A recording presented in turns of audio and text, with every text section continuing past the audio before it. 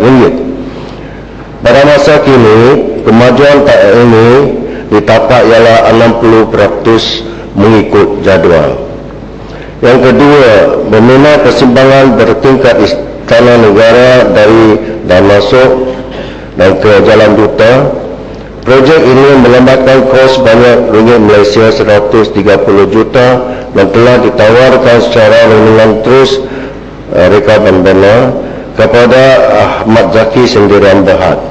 Kemajuan ditapak sehingga 1 Jun 2010 ialah 30% berbanding 45% berikut jadual asal. Projek dijangka akan siap sepenuhnya pada 9 hari bulan Februari 2011. Yang ketiga, projek menaik taraf jalan cangkat Semantan ke Istana Negara, itu pintu yang kedua. Projek dengan harga kontrak Malaysia 32.5 juta ini telah diaward secara running terus kepada syarikat kejuruteraan Kenali Sendirian Berhad. Serahan tapak baru sahaja dibuat pada 1 hari bulan Jun 2010 dan projek dijangka akan siap sepenuhnya pada 30 hari bulan Mei 2011. Betul yang dipetua, projek pembinaan kompleks Istana Negara yang baru di Jalan Duta, Kuala Lumpur ini bukanlah seperti projek-projek kebiasaan lain yang dilaksanakan kerajaan dalam setiap rancangan Malaysia ke 5 tahun. Ini merupakan julung sekali sebuah Istana Negara yang khusus dibina sejak negara kita mencapai kemerdekaan 53 tahun dulu.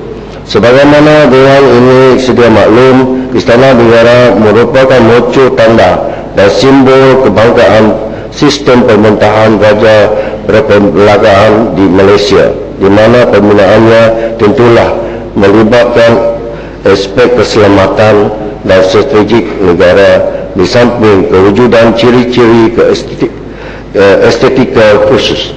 Sehubungan itu, kerajaan pada masa tersebut telah menimbangkan beberapa faktor dan setuju untuk menawarkan terus projek ini kepada syarikat Maya Maju Sendirian Berhad menerusi konsep Reka dan Bandana. Sekian, terima kasih.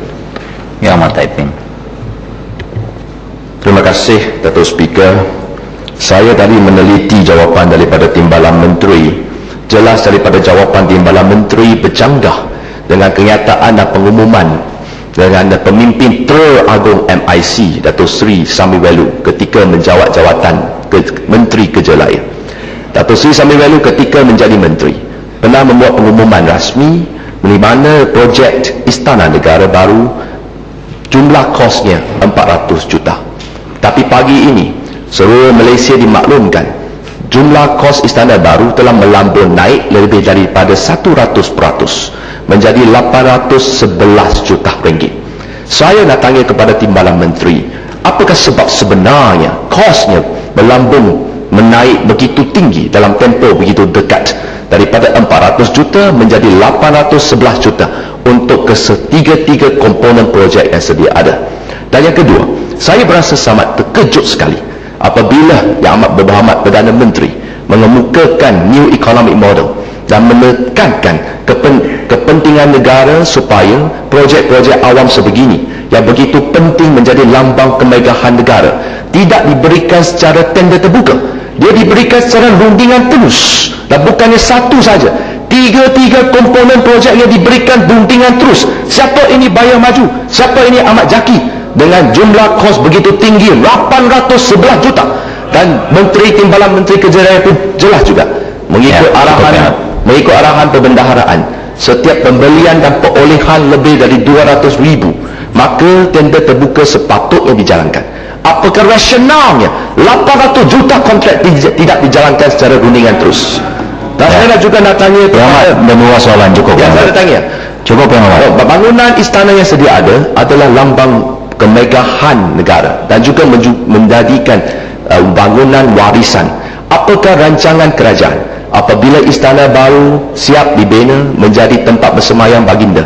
apakah rancangan dan langkah-langkah kerajaan yang akan dilakukan ke atas bangunan istana yang sedia ada. Kerana mengikut peribahasa Melayu, jangan Tuhan. Saya tak boleh bagi masa pada umat begini, Yang Amat.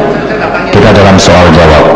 Ya, saya memang tanya, mengambil itibah daripada kejadian keruntuhan Stadium Batu Buruk di Kuala Terengganu yang juga menelan 280 juta yang baru terbakar. Cukup, Yang penting ini saya nak jaga.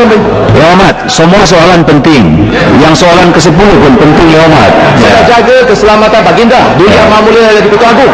Apakah ciri-ciri keselamatan yang ada di bangunan baru, istana baru? Itu penting. Apakah ciri-ciri Yang Muhammad, Yang Muhammad berdegil. Yang Muhammad fikir perkara yang Muhammad bawa saja penting. Saya harap di mana wakil Saya cuma bagi tahu tentang peraturan mesyuarat. Tak boleh macam ni. Saya dah tolerate, tapi jangan salah guna. Ya, silakan Pak Menteri.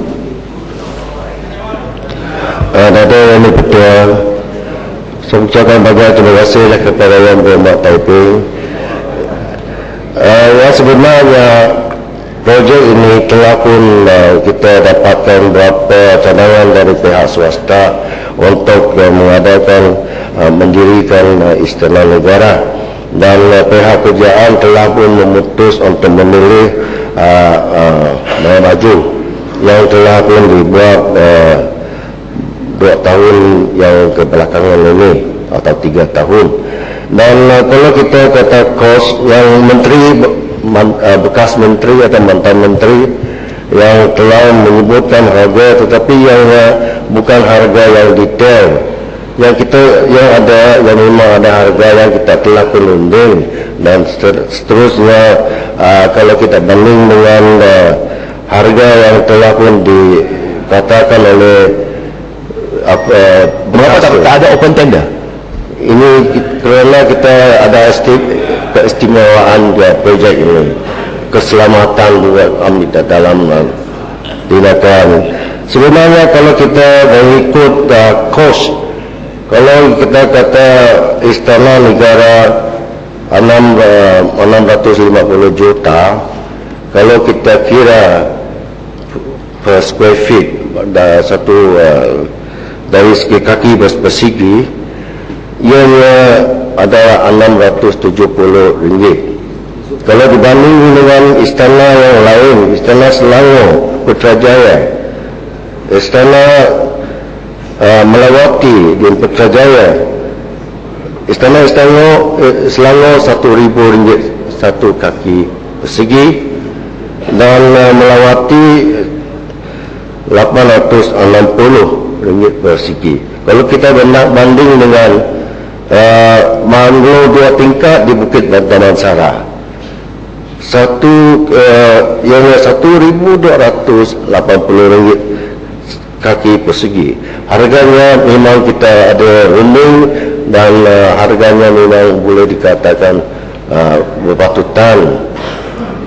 Yang kita kata 812, kalau kita kira jalan persimpangan ini yang ada projek 3 bahagian, 2 bahagiannya ambil 160 lebih juta, yang sebenarnya istana bangunan sendiri adalah 650 juta saja. Itu dia. Selimput Yang Amat Datuk Haji Yusof bin Haji Mahal.